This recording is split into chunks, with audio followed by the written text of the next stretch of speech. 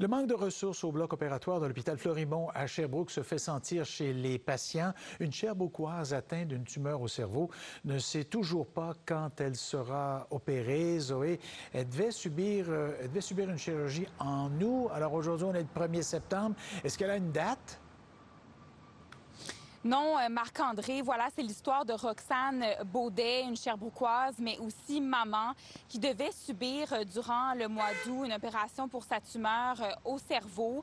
Finalement, elle a été annulée à la toute dernière minute et voilà, plusieurs semaines plus tard, elle ne sait toujours pas quand elle va subir sa chirurgie. Elle n'a pas de nouvelles, donc ça la met, elle, dans un état d'incertitude, d'inquiétude, mais aussi ses enfants.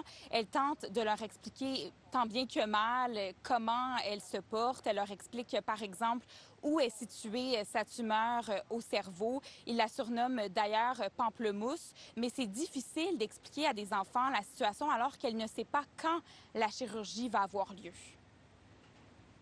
C'est pour ça que c'est pas humain de faire retarder, parce que moi, mes enfants, j'y prépare. Fait que quand je dois les repréparer, c'est sûr que...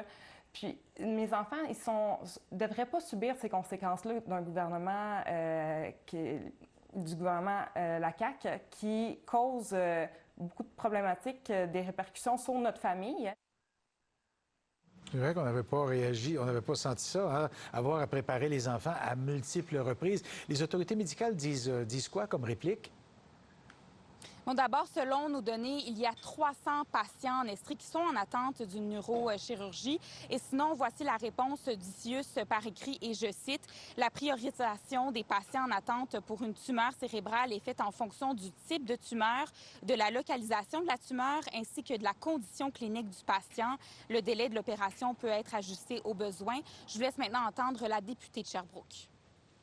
Ça m'inquiète chaque fois. Ça arrive de temps à autre qu'on est contacté par des citoyens qui vivent des délais, soit pour avoir un examen ou une consultation ou même pour une chirurgie. Et puis, on sait que la situation elle est critique. L'Estrie fait partie des régions au Québec où les listes d'attente pour les chirurgies sont parmi les plus inquiétantes.